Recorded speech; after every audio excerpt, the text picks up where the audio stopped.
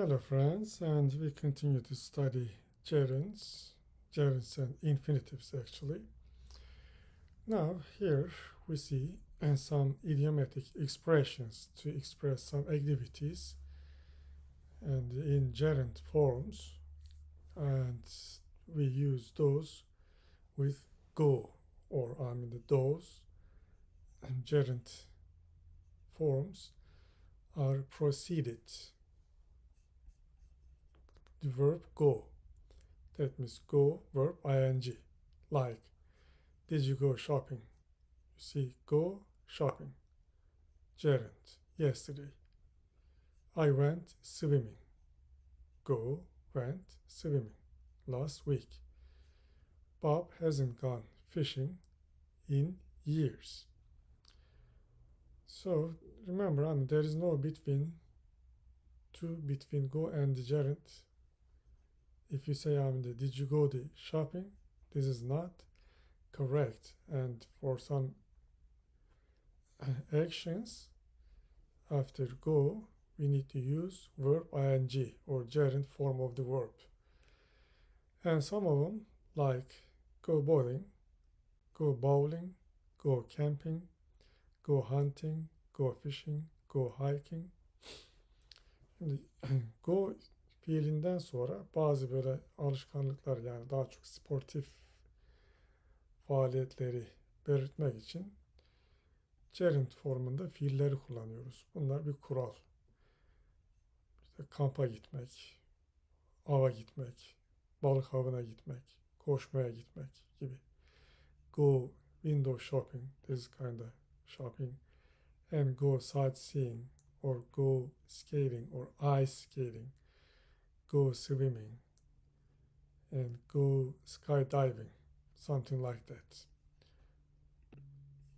And there is one rule also, and we cannot use go plus to ing, like did you go to shopping? This is not correct. Just did you go shopping, because shopping is a verb in ing form. And Bob hasn't gone to, we cannot say like that. Be careful. Those, they should be in gerund form after go verb. Now look at the expressions in the box in here, and if you want, just pause the video and then write them down, because we'll have an exercise, and in the exercise we'll use some of these. Now here is the exercise, and it says answer the questions using the expressions with go plus ing, or go plus verb ing. Remember, it was in the box just before. Number 1 is done. Anne often goes to the beach. She spends hours in the water. What does she like to do? That means she likes to go swimming. Go, gerund. You see, verb, gerund. And look at the rest of the sentences and then answer those questions using the expressions in the box just before. 2. Nancy and Frank like to spend the whole day on a lake with poles in their hands. What do they like to do? That means Nancy and Frank, or they like to go fishing, because they have poles and they are by the lake. Last summer, Adam went to a national park. He slept in a tent and cooked his food over a fire. What did Adam do last summer? Adam went camping. Kamp yapmaya gitti. Tom likes to go to stores and buy things. What does he like to do? He likes to go shopping. Alışverişe gitmeyi seviyor. Laura takes good care of her health. She runs a couple of miles every day. What does Laura do every day? 2 possible responses it says in here. She goes running, or She goes jogging. On the weekends in winter, Fred and Jean sometimes drive to a resort in the mountains. Resort is a place where you can go and see some other things. They like to race down the side of a mountain in the snow. What do they like to do? They like to go skiing. It's winter. Joe likes to take long walks in the woods. What does Joe like to do? He likes to go hiking. Hike means to take long walk. Uzun yürüyüşe gitmeyi seviyor. Sarah prefers indoor sports. She goes to a place where she rolls a 13-pound ball at some wooden pins. What does Sarah often do? That means she often goes bowling. Bowling oynamaya. Liz and Greg know all the latest dances. What do they probably do a lot? That means they go dancing.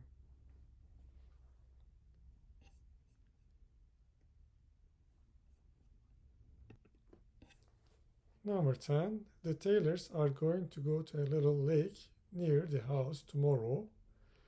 The lake is completely frozen now that it's winter. The ice is smooth. What are the Taylors going to do tomorrow? They are going to go ice skating. Yani buz üzerinde kaymaya gidecekler. Alex and Barbara live near the ocean. When there's a strong wind, they like to spend the whole day in their sailboat. What do they like to do? They like to go sailing or they like to go boating. Boat, boating. Yani botla açılmayı ya da denizde seyahat etmeyi kayıkla veya botla. Tourists often get on buses that take them to see interesting places in an area. What do tourists do on buses? They go sightseeing on buses, yani etrafı görmeyi. Colette and Ben like to jump out of airplanes. They don't open their parachutes until the last minute. What do they like to do? They like to go skydiving. Yani gökyüzünde atlayış. Çünkü paraşütü açmıyorlar. Bir yerden sonra açıyorlar. What do you like to do for exercise and fun? The answer, of course, could be different. My answer is I like to go walking. Yürümeye gitmekten hoşlanırım. Now we have studied some verbs that take gerunds. But in here, we'll study some verbs that take infinitive. What does infinitive mean? Infinitive means to plus verb, verb base. If you look at this sentence, Tom offered to lend. This is the infinitive. To lend me some money. Yani Tom bana biraz borç para vermeyi önerdi. I have decided to buy a new car. Bir araba almaya karar verdim. Decide and offer, this take infinitive. I have decided not to keep. If I wanna make the infinitive negative, like in gerunds, I use not just before. Not to keep. My old car. Eski arabayı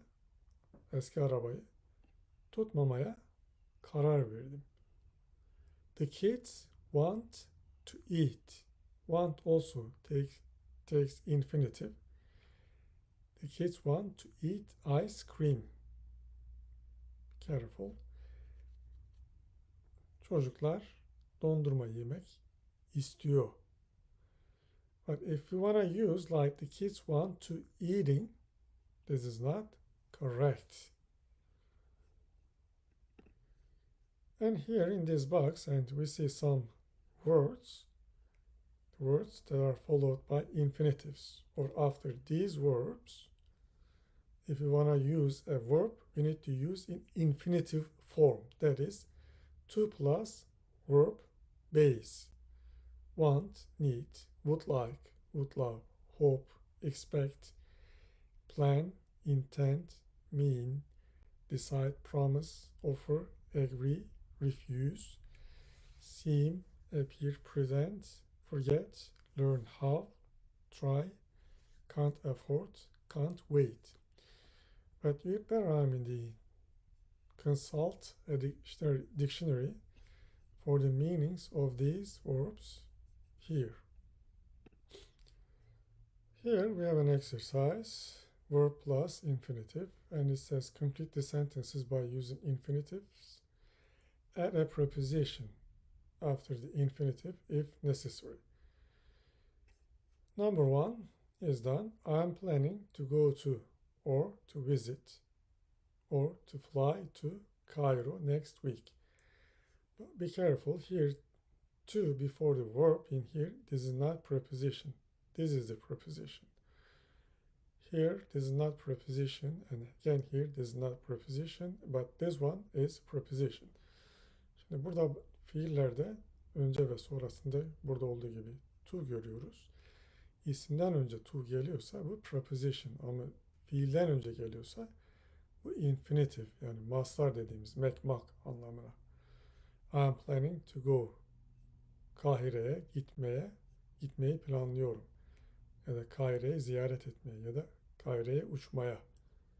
Gitmeye, to, uçmaya derken. Now pause the video and then complete the rest of the sentences and use the prepositions if necessary.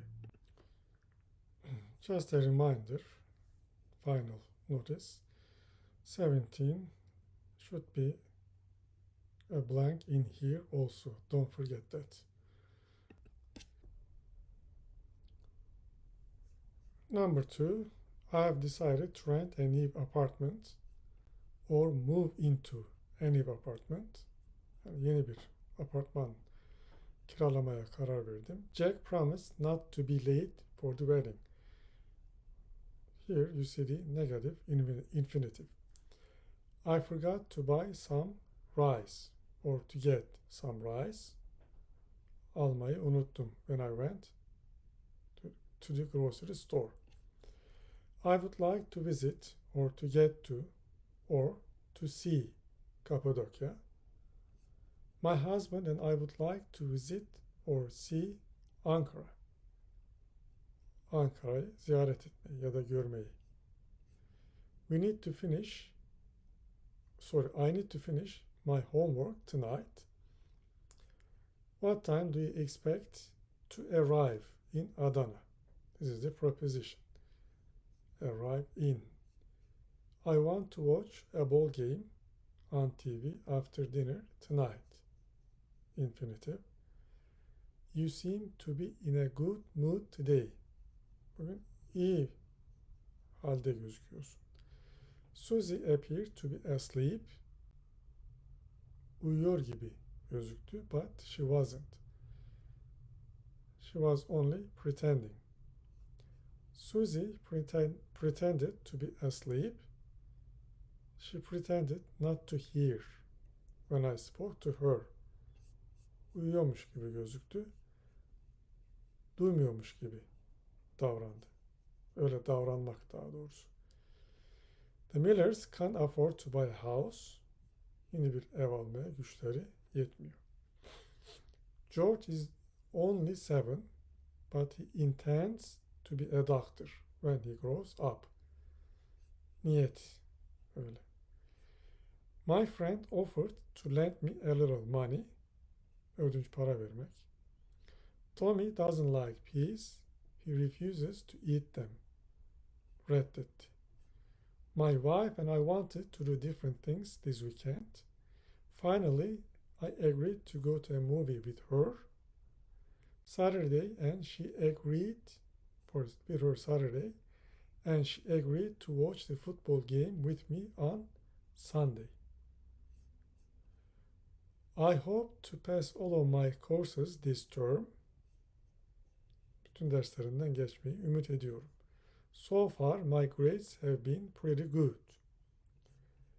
I try to be in class on time every day.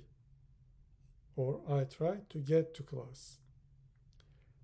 I can't wait to see my family again. Görmeyi dört gözle bekliyorum anlamında. It has been a long time. I'm sorry, I didn't mean to hurt you.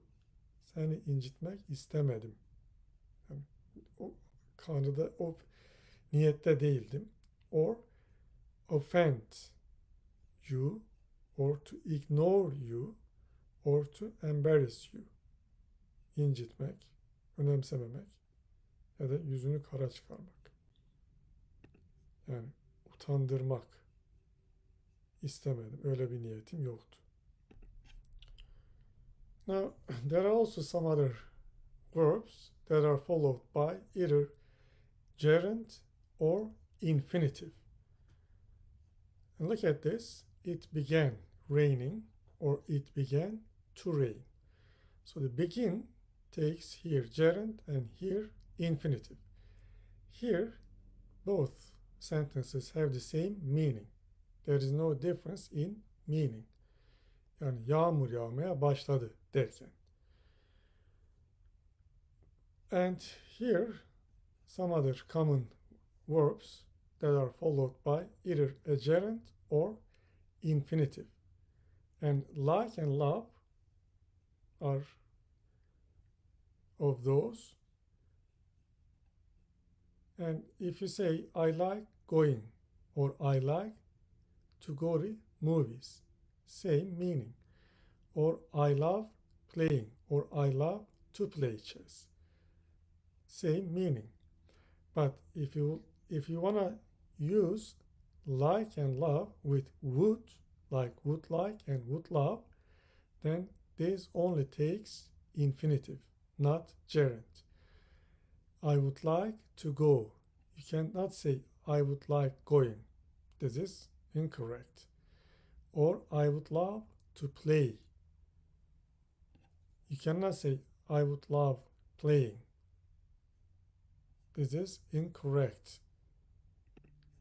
And those verbs here in the box, start, continue, begin, love, like, hate, can't stand. These verbs can take either gerund or infinitive. The same meaning. There is no difference in meaning. Now here we have an exercise and just look at the verbs, given verbs in here, and then make sentences using gerunds and infinitives. Number 1 is done. Start plus snow around midnight. If I say it started snowing around midnight, or it started to snow around midnight, these two sentences have the same meaning. Gece yarısı civarında, yani yaklaşık gece yarısı, kar yağmaya başladı. Started snowing or started to snow. Now, go ahead and make sentences using the given words in here. But pause the video first, please. Number 2, we continued to work or we continued working, even though everyone else stopped. Çalışmaya devam ettik. I like to get or I like getting a lot of emails from my friends.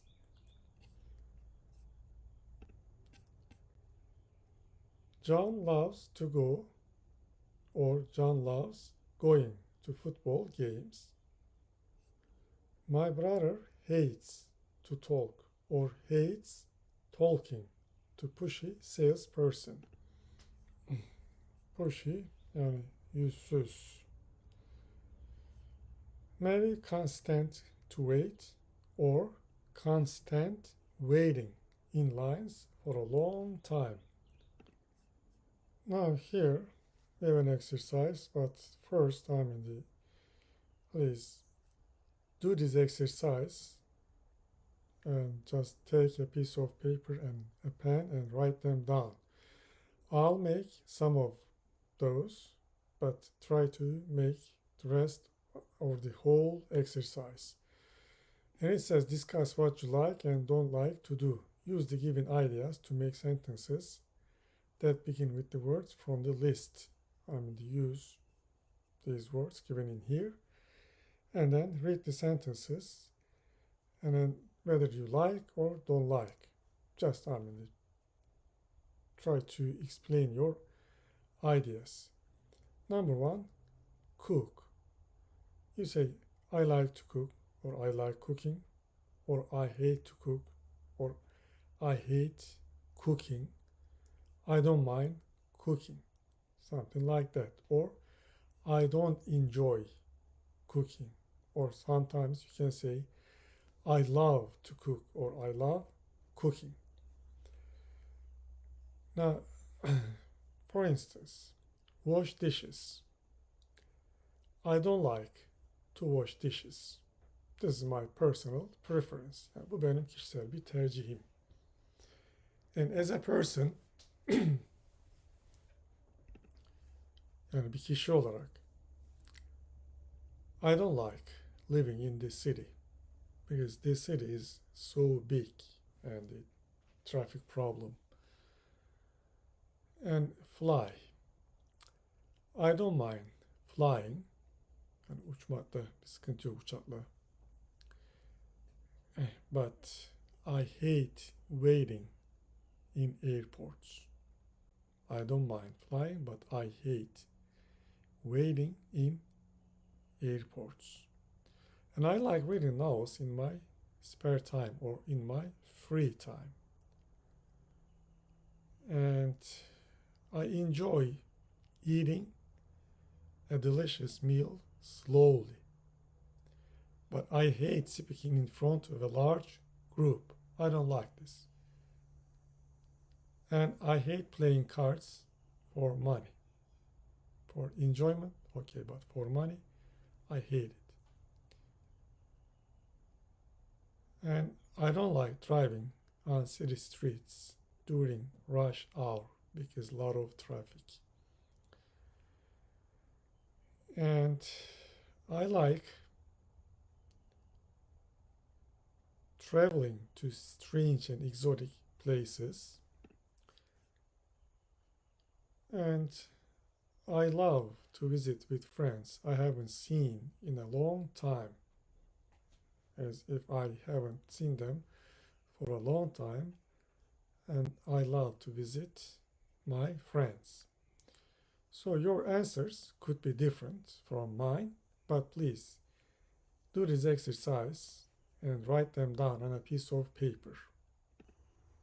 Now we have a reading passage about spiders. Spiders, you know that, örümcekler. Spiders can be found almost all around the world, except Antarctica. Be careful, this is passive voice, passive sentence. Spiders can be found. They are both hunters and hunted. That means they are both hunters and they are hunted. Be careful again. Here, this is the passive. They catch their prey. Prey means the insects or animals they eat, prey, of, with their silky web or jump onto it.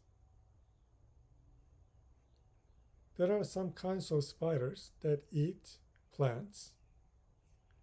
Others eat insects, lizards, birds, frogs, fish, and sometimes snakes. There are spiders that eat other spiders. Bir de diğer örümcekleri yiyen örümceklerin olduğunu söylüyor. Spiders are also eaten by humans in the South Pacific and Southeast Asia. Spider bites can be painful, acı, but they are rarely deadly. When they feel in danger, they means spiders, they eject a cloud of hairs. Saç kümesi. So they try to protect themselves. Spiders can produce several different types of silk. The strongest spider silk is up to 6 times stronger than human bone. Yani bir tür ipek salgılıyorlar. Burada dediğine göre en sağlam bir örümceğin salgıladığı o ipekimsi madde bir insanın kemiğinden 6 kat daha kuvvetli.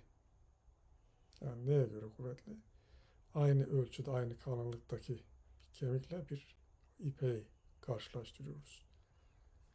Some experts suggest that spider silk would be more effective than bulletproof vests.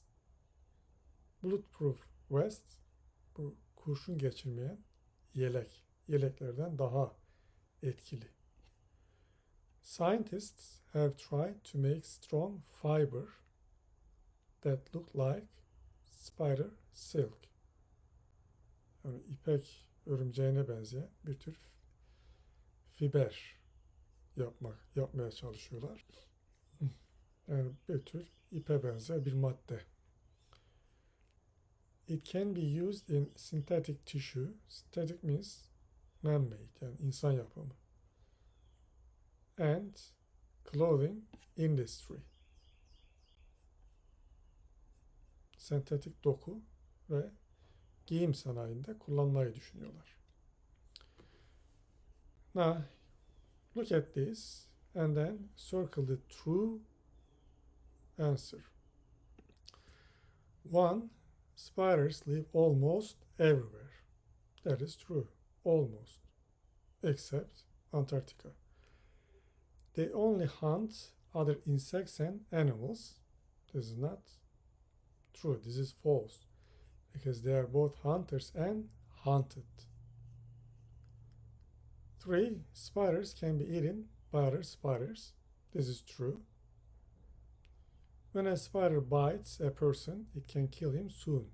This is not true. This is false because they are rarely deadly. Nadiren. Spider silk is strong and people can use it for different purposes. This is true. People can use it for synthetic tissue and for clothing. Now, everyday English. Frank and Walter are talking.